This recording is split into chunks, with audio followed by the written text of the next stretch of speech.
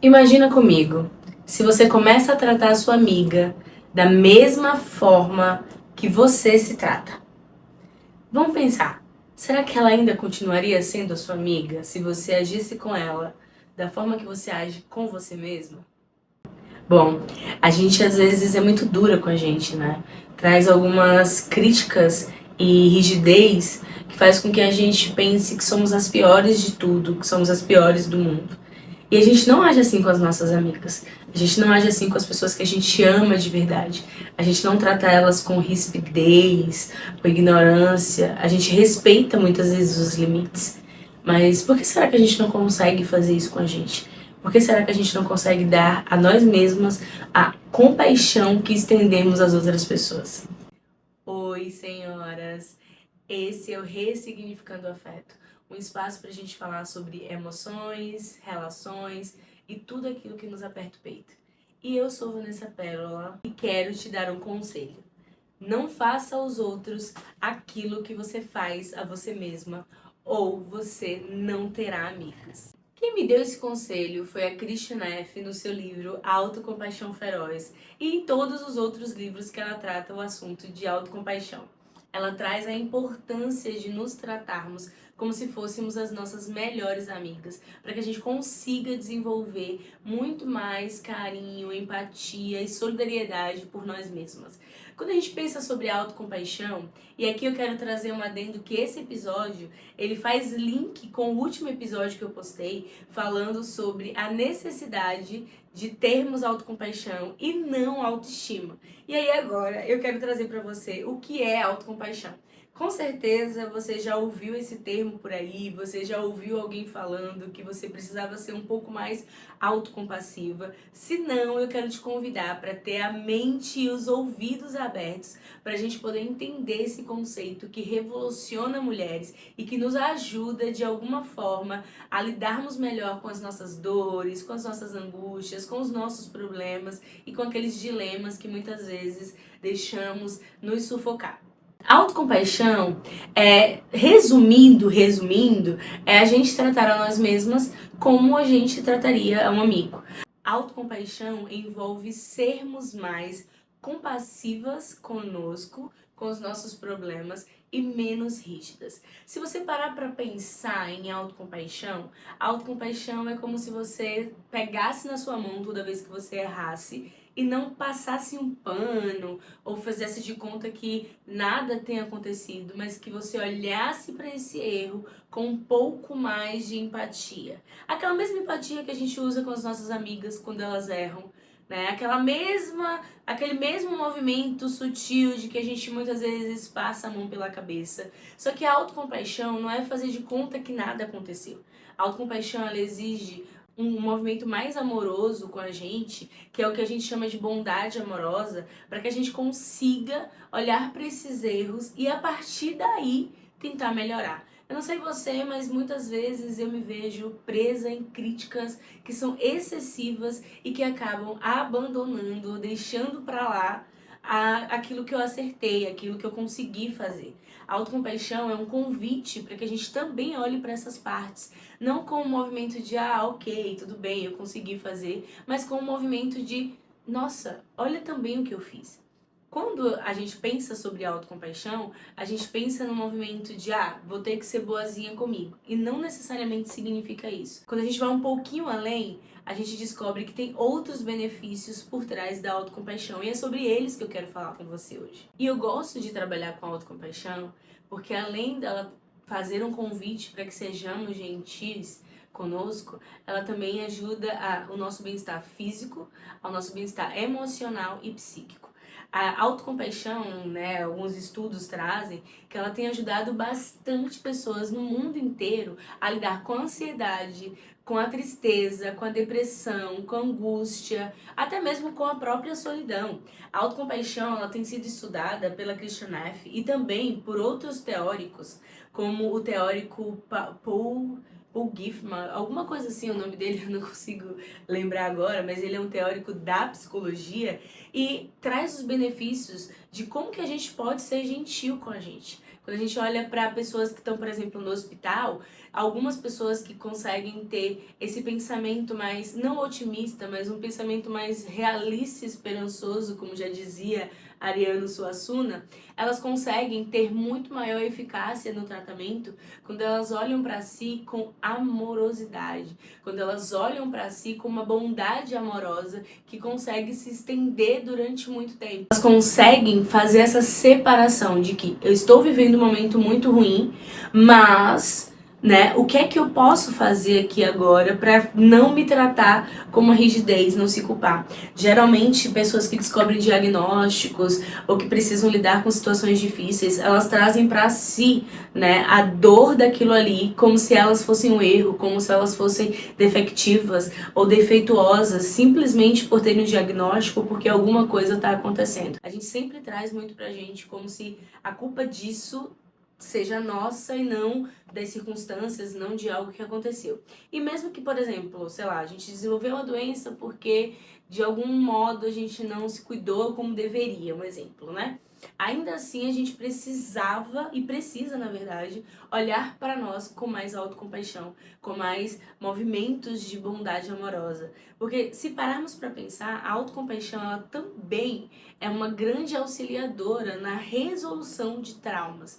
Pessoas com traumas, elas conseguem olhar para o que aconteceu, se desvinculando daquilo, se desvinculando da culpa de que foi ela que fez ou que foi ela que causou aquilo, A autocompaixão é muito utilizada, por exemplo, no tratamento de mulheres que têm TEPT por causa de abusos, ou de violências que sofreram, como se elas que fossem a culpada por aquilo dali. E a gente se agarra àquela culpa como se, nossa, o que é que eu poderia ter feito diferente? Quando, na verdade, não existe nenhuma culpa, nenhuma responsabilização. E aí, nesse livro, a Kristina Neff, ela faz duas separações. Eu sempre li os outros livros dela e ela falava muito sobre a autocompaixão somente, ou a autocompaixão e o mindfulness, que é a atenção plena, você está presente no momento, conectado com você mesmo, vivendo as experiências minuto a minuto, sem estar muito dissociada ou numa evitação um pouco crônica, tipo, vou dormir para não ter que lidar com isso, vou fazer assim, vou fazer assado.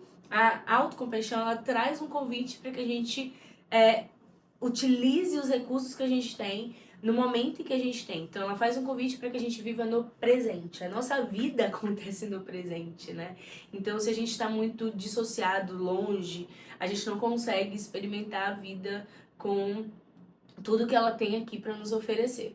E aí, nesse livro, Autocompaixão Feroz, a Kristina Neff, ela traz uma associação muito interessante sobre, que ela traz a autocompaixão terna e a autocompaixão feroz. Então, se você quiser, até que eu fale sobre isso, faça um episódio só sobre isso, porque é bem extenso, você comenta aqui que aí eu posso trazer, em um outro momento, falando sobre o que é a autocompaixão terna e o que é a autocompaixão feroz. Mas, por hora, a autocompaixão terna, ela tá muito mais envolvida com acolhimento, com proteção, com ternura.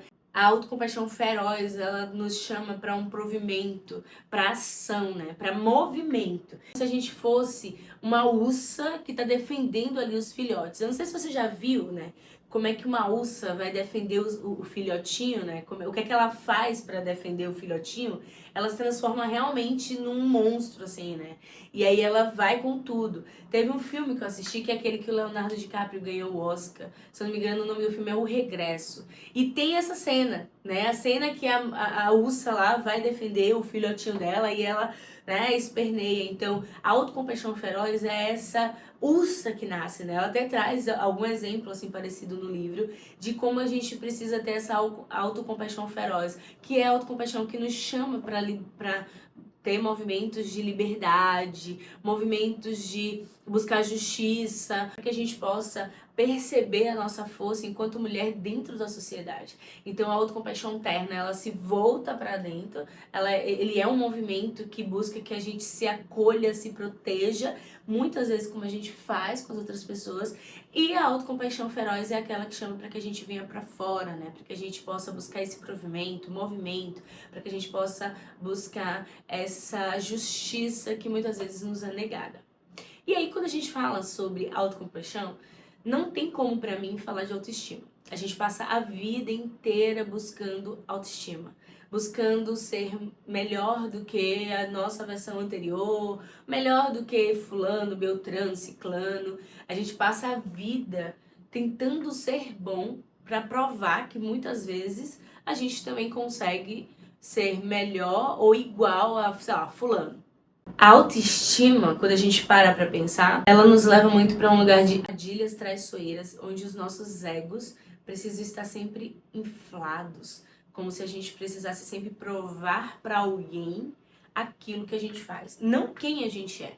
Porque muitas vezes quem a gente é não tem muito interesse ou muita importância, por exemplo, no jogo da vida, né?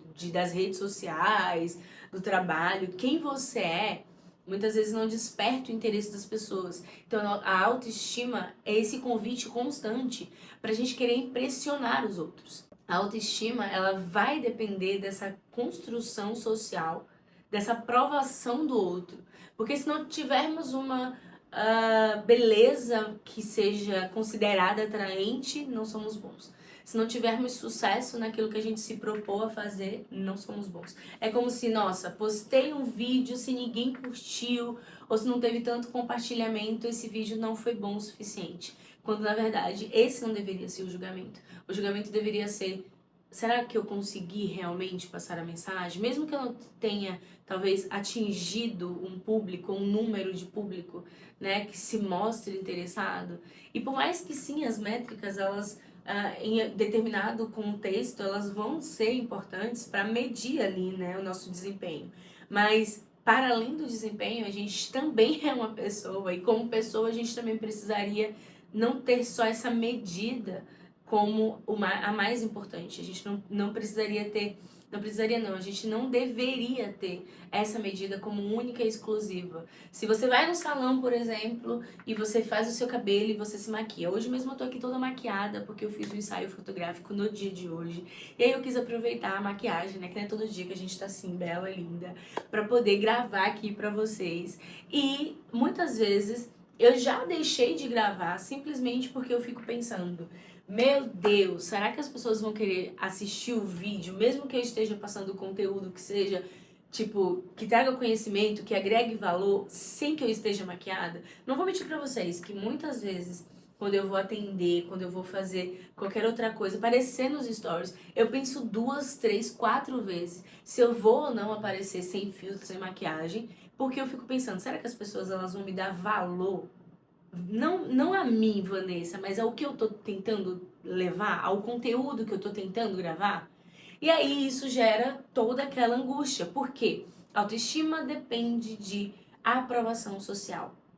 Se as pessoas olharem para minha aparência, mesmo que isso seja relevante, mesmo que isso não seja o tema central daquilo ali, porque eu não tô falando de moda, não tô falando de beleza, não tô falando de maquiagem, eu tô falando sobre relacionamentos, sobre emoções, sobre coisas que são importantes. E ainda assim, muitas pessoas talvez pulem o vídeo, pulem, né, ali o conteúdo que eu tô falando, porque talvez elas não gostem da minha aparência. Então, se a gente ficar presa o que a autoestima traz, a gente vai viver nessa constante de comparação. A gente vai viver se comparando e isso vai ser extremamente cansativo e vai nos fazer desistir de muitas coisas, de muitos sonhos, por exemplo. Por isso que a autoestima é aquela amiga que está presente com você nos momentos em que tudo dá certo. Nos momentos em que você acerta, em que você consegue, em que você chegou lá. A autoestima, quando você falha, ela é tudo aquilo que falta. Já a autocompaixão, ela é diferente. Ela não depende que você esteja no seu melhor para que isso funcione. Ela não depende que você esteja, né, no sucesso, no hype. A autocompaixão, ela só pede uma coisa: que você reconheça que você é humana, que você erra e que você pode sempre, sempre recomeçar. Assim como todo mundo, a autocompaixão ela tá te dizendo que os seus erros não são maiores ou menores do que os das outras pessoas, mas que muito possivelmente está numa categoria muito parecida. E ela pede que você olhe para isso dessa forma, que você se humanize. A autocompaixão ela nos pede que a gente se trate com mais humanidade. Da mesma forma que a gente realmente trata um amigo nosso. Da mesma forma que a gente olha para nossa amiga e a gente estende a mão para ela e diz: tudo bem, eu tô aqui, né? Olha, você errou, mas tudo bem. Quem nunca viu aqueles memes, né? Que fala assim, ai, minha amiga me contando a pior coisa do mundo e eu aqui dizendo, amiga, mas é isso, você é humana, sabe? Você erra. E muitas vezes a gente não tem esse mesmo feeling com os nossos erros, a gente não tem esse mesmo cuidado. A gente só vai deixando as coisas acontecerem e vai se colocando num movimento de crítica excessiva, sendo que com outra pessoa a gente conseguiria olhar para ela e estender um pouco mais de tudo bem, é assim mesmo, você errou hoje, mas isso não te define, não é quem você é. A gente não consegue fazer isso muitas vezes com a gente. E por não conseguir, a gente percebe o quanto que isso é frustrante e o quanto traz, né, acarreta muito sofrimento. É por isso que a autocompaixão acaba sendo um lugar seguro para a gente voltar quando a vida não está sendo fácil, quando a vida não está dando certo. E aqui muitas aspas em dar certo, né? Porque o que é dar certo? Mas, enfim, a autocompaixão ela é esse convite para que a gente possa voltar para a vida e nos olhar de uma forma mais humanizada. Eu percebo isso não somente na minha vida, mas também na minha clínica, como é presente na vida das minhas seguidoras, das minhas amigas, das mulheres no geral. Eu sei que tem muito homem que acaba que me ouve aqui no podcast, 10% da minha audiência são homens, sejam muito bem-vindos, mas os homens, de alguma forma, eles conseguem ser mais autocompassivos com ele do que as mulheres. E eu não tô falando isso da boca para fora, tá? São pesquisas e pesquisas que trazem esses dados. Pra gente ser mais concreta, se eu não me engano, 86% dos homens conseguem ser autocompassivos. Eles conseguem olhar para os erros que eles cometem e dizer, ok, isso é só um erro, né? Isso não vai me definir. Até porque a gente entende muitas vezes que a maioria dos homens, eles não se apegam muito, né, aos erros que eles cometem e eles não, talvez não pensem muito nos erros que eles cometem, então por isso que eles conseguem de alguma forma ser mais autocompassivo e benevolentes com eles e não com as outras pessoas. Em contrapartida, só 65% das mulheres conseguem ser autocompassivas, né? Porque de alguma forma, né, histórica, a nossa sociedade se constituiu desse modo. As mulheres, muito mais na movimentação para o outro, na orientação para o outro, para os desejos, para as vontades, para as necessidades das outras pessoas, sendo mãe, sendo esposa, amiga, namorada. E os homens muito mais autocompassivos e muito mais presentes, né, nas necessidades que eles precisam, né, em atender às suas próprias necessidades. Então a gente já começa a ver que tem uma disparidade muito grande na questão da autocompaixão. As mulheres, elas são muito boas em estender a mão, em estar ali para ajudar, para, né, para ser esse suporte, e os homens são muito mais voltados para si. E isso acontece devido ao fato de que no nosso corpo tem um mecanismozinho que ativa e que dificulta que a gente tenha essa autocompaixão. Quando a gente erra, quando a gente falha, o nosso corpo ele entra em modo de defesa, que é o sistema de luta ou fuga.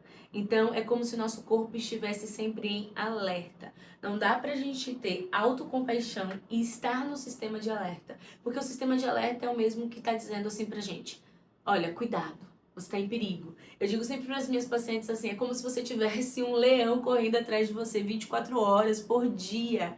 E esse leão tá aqui, ó, no bafo do seu pescoço. E se você parar um pouquinho, o leão vai lá e, né, e te pega. Então, assim, é muito difícil mesmo. Quando esse sistema é ligado, o nosso corpo inteiro fica reativo, fica em alerta. E uma das coisas que a gente faz é exatamente se criticar.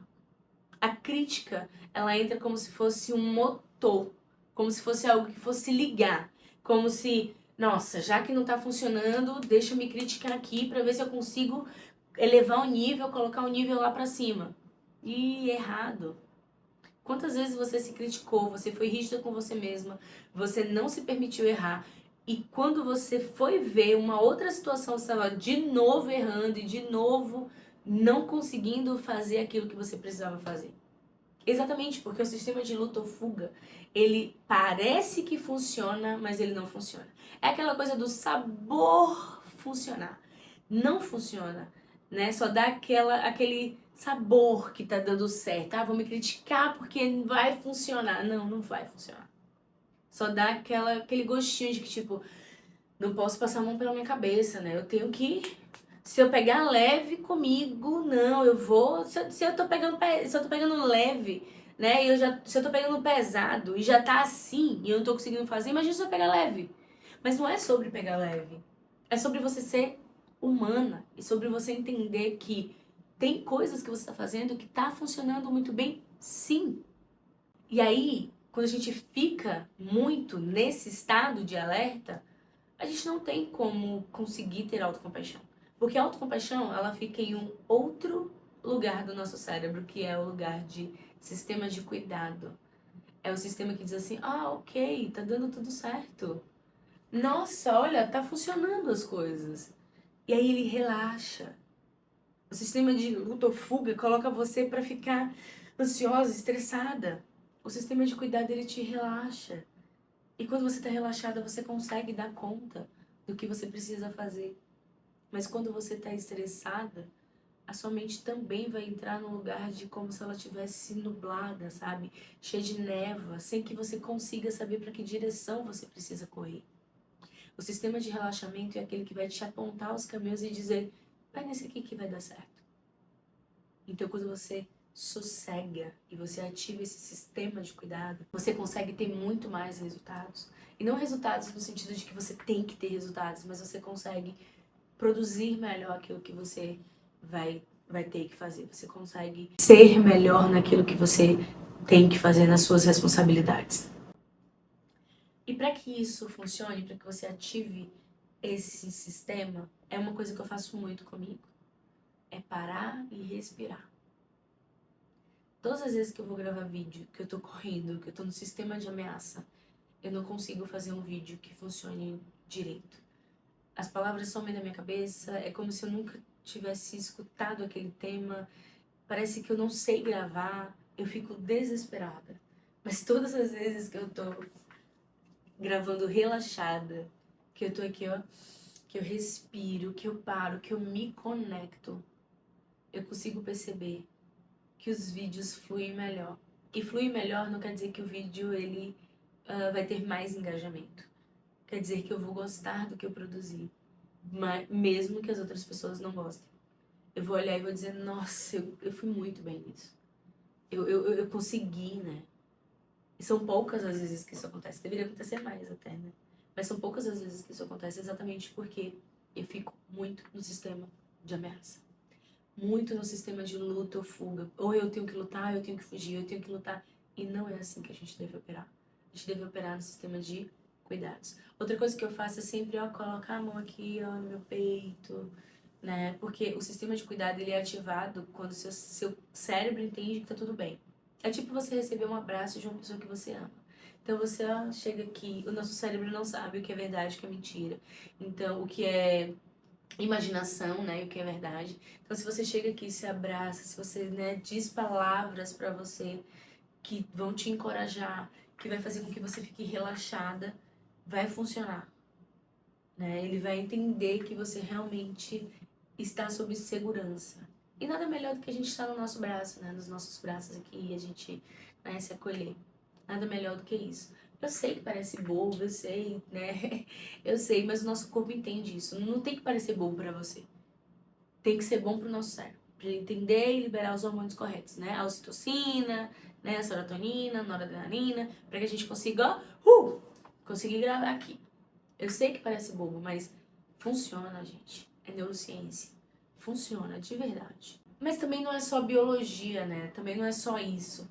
Pessoas que foram criadas em um lar onde tinha muita rigidez, onde tinha muita crítica, onde ela não via, né, a gentileza como funcionamento desse lar, elas vão ter dificuldade de poder também relaxar e serem autocompassivas. Pessoas que crescerem em lares muito críticos ou sem quase nenhum acolhimento emocional, elas vão entender que esse movimento de autocompaixão como se fosse uma bobagem, né? Como se o amor viesse com exigência, como se a gente precisasse constantemente estar exigindo de nós um desempenho para além daquele.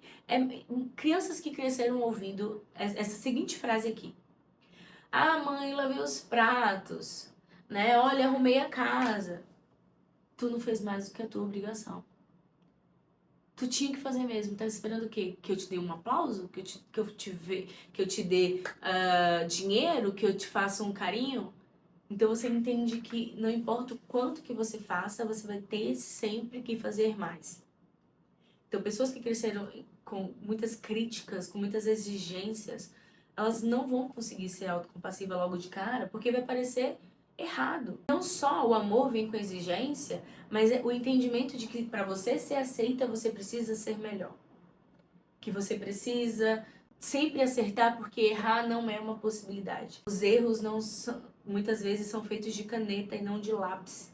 Ou seja, os erros não podem ser apagados, né? Porque uma coisa que tá de caneta ali não apaga, né? Quem cresceu ali, né, escrevendo ali com a caneta, entendia que não tinha como apagar aquilo ali que foi escrito. Nem com aquela borracha, que dizia que aquela borracha de duas cores, vermelha e azul, apagava. Mentira, não apagava não. Borrava tudo, mas não apagava. Então a gente trata os nossos erros dessa forma, como se eles fossem escritos de caneta e que a gente não pudesse apagá-los, que a gente não pudesse consertá-los. E é por isso que muitas vezes esse movimento de se tornar autocompassiva, ele precisa ser um movimento que é gradual. Ele exige coragem e pequenos passos, exige processo, exige que você olhe para isso com um pouco mais de abertura, porque dói. Ser autocompassivo dói. Coragem para a gente olhar para os nossos erros e entender que eles não nos definem, dói. Às vezes dói mais do que o erro em si. Então, é difícil para quem vem de um lar onde a rigidez e as críticas faziam muito parte, né? Comparação o tempo inteiro. É difícil. E tem mais uma camada nisso tudo. Muitas mulheres não foram ensinadas a se cuidar. As mulheres, elas crescem em lares que fazem de tudo para que elas aprendam como cuidar de outras pessoas. Elas brincam com boneca, elas vão pro fogão, de brincadeira ou de verdade. Tudo para que elas aprendam que elas precisam cuidar de alguém. Seja do marido, seja dos filhos, seja da casa, nunca delas. Os homens aprendem coisas que os colocam na autonomia, na possibilidade de serem, né, de existirem. As mulheres, elas são ensinadas a amar as pessoas, principalmente os homens. Eu me lembro que as pessoas sempre diziam, quando eu dizia que não gostava de cozinhar, que era, ah, mas nunca vai casar assim. Como é que vai casar e não cozinha? Não, você tem que cozinhar, senão teu marido vai te devolver pra tua mãe. E eu ficava pensando assim, mas por que que eu também não posso querer que o meu marido cozinhe pra mim? Por que também que eu não posso querer que ele faça as coisas? Por que que eu tenho que ser a pessoa que vou me preparar pra poder ser isso? Eu já falei aqui, mas eu sempre quis ser a Barbie, nunca brincar de boneca. E não porque eu não quisesse ter filhos, e as pessoas interpretavam dessa forma, mas é porque eu não via como se essa fosse a minha única possibilidade. Ter uma casa, um lar, um marido, um filho. Não, eu queria ter minha carreira. Então eu me construí e coloquei, programei a minha mente para ter a minha carreira, para ter a minha vida. E as outras coisas, elas iriam orbitar e iriam chegar até a mim, iriam fazer parte da minha vida, mas não seriam a minha vida. Mesmo que eu tivesse um filho, mesmo que eu tivesse um marido, eles não seriam a minha vida. Eles fariam parte da minha vida, integrantes da minha vida. Mas ainda assim eu não poderia deixar de estar na minha vida. E muitas vezes as mulheres, elas não são ensinadas a cuidar de si. Elas cuidam de si quando dá tempo. Depois que elas cuidam da casa, cuidam do lar, cuidam disso, cuidam daquilo, aí elas vão pensar nelas. Então isso dificulta a nossa autocompaixão. Dificulta olhar pra gente e a gente querer se cuidar. E a gente ser menos autocrítica. A gente aprende a dar conta da dor do outro, a escutar o outro, a estar sempre disponível. Mas quando é a nossa dor, a gente endurece. A gente está pronto para ouvir, a gente está pronto para perceber o outro, mas não para se perceber. E aí é como se existisse uma regra universal. Você precisa ser gentil com todo mundo, menos com você. Isso não é justo. De forma alguma. Mas talvez a autocompaixão ela aconteça exatamente nesse momento. Quando a gente percebe tudo isso. Quando a gente olha para tudo isso e a gente entende que tem alguma coisa que não está funcionando. Eu me deixar para trás não está funcionando. Ser muito crítica e dura comigo mesma não está funcionando. É quando a gente olha para isso e a gente consegue perceber que precisamos fazer mais.